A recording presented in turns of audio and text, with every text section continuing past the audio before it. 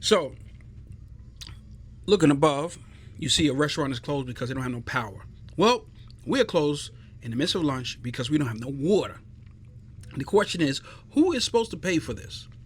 Who reimburses the restaurant when we're inconvenienced? Because the utility company made an error, or as they say, an act of God, right? Because we have to continue to pay no matter what.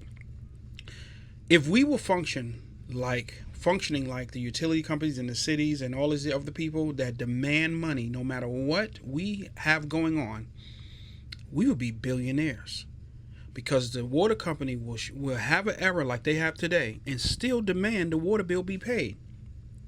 The landlord will take their time to complete something that is in the contract for them to complete and still on the first, matter of fact, at 11:59 on the 31st, asking you to send the money.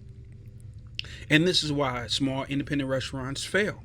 Because if we don't have enough cash flow or enough reserves for days like this where we have to pay people to stand around, if the lights come back on, not because of a bill payment issue, but because of a company issue, we're kind of stuck.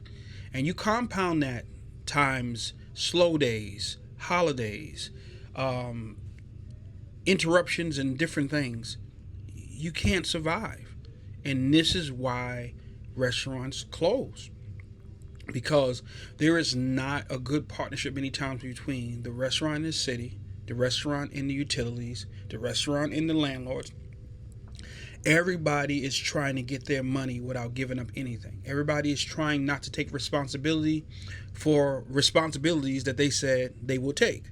And so this is the challenge that we have. Who pays for this? You don't say insurance because insurance hardly ever pays out. And they never, I mean, I've closed a restaurant because of this reason. So who pays for this? So I wanted to give y'all this little thing about what we go through. Something as simple as not having water can shut us down, can stop our flow, can stop the restaurant. Because if we was depending on the income for this day to get to tomorrow, now we kind of set back. And that's what and where a lot of restaurants are at. So when you go in a restaurant, you start acting like, oh, this and that, and you start picky and start acting like you're an influencer, not knowing how much a restaurant owning family, or restaurant owner has to sacrifice. You will be quiet because you would never want to make these sacrifices unless you really believe in it.